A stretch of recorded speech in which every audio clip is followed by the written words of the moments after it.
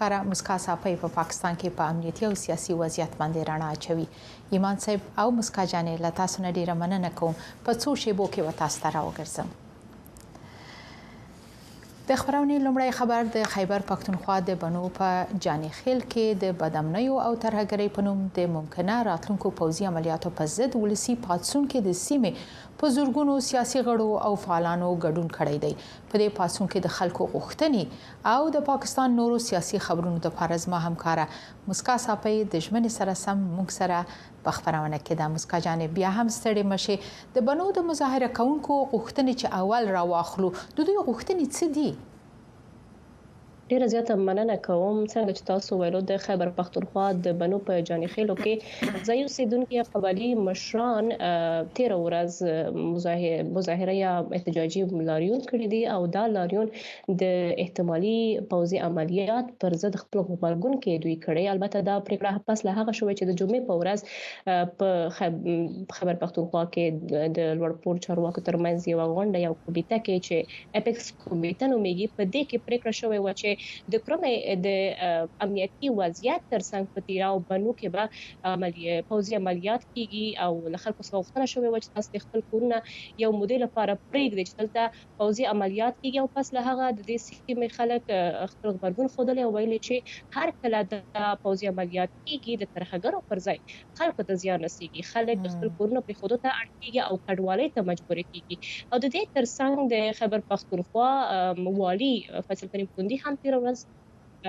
خبريالانو سره په خبرو کې ویلي چې د امنیتي وضعیت ډیر خراب دی او پر حکومت باندې نیوکه کړې او چې په ډیر اسماعیل خان بنو او کوهاټ کې وضعیت داسې دی چې پس له مازدیګر څوک نشي کولای چې د باندې ووځي ځکه کنټرول د ترهګرو پر لاس دی. ها بالکل دا خبر موږ هم واورید. خو بل پلو د امریکا د منتخب ولسمشر ډانلډ ټرمپ نږدې ملګری ریچارډ ګرینل د پاکستان د پخوانی صدر اعظم عمران خان د خوشي کولو غوښتنه کړې ده. د پی ټی ایم په اړه ورستي خبرونه څه دي؟ د پی ټی آی په اړه وبخښئ. همداسې ده د پاکستان د تحریک انصاف د ګوند او د حکومت ترمنځ نن په اسلام آباد کې غونډه هم شوې ده. دا غونډه د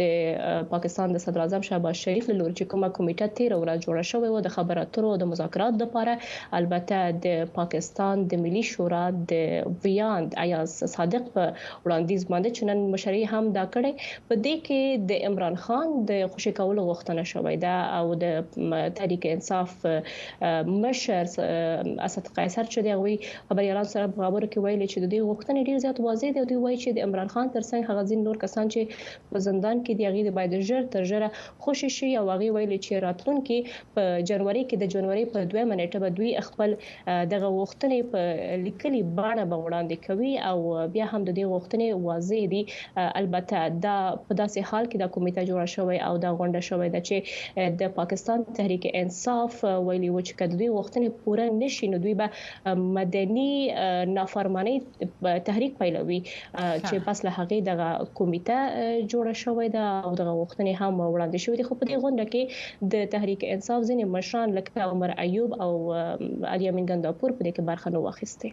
ښه ډیره زیاته مننه کوله. تاسو نه کور ودان په خپل چار کې بریالي اوسئ.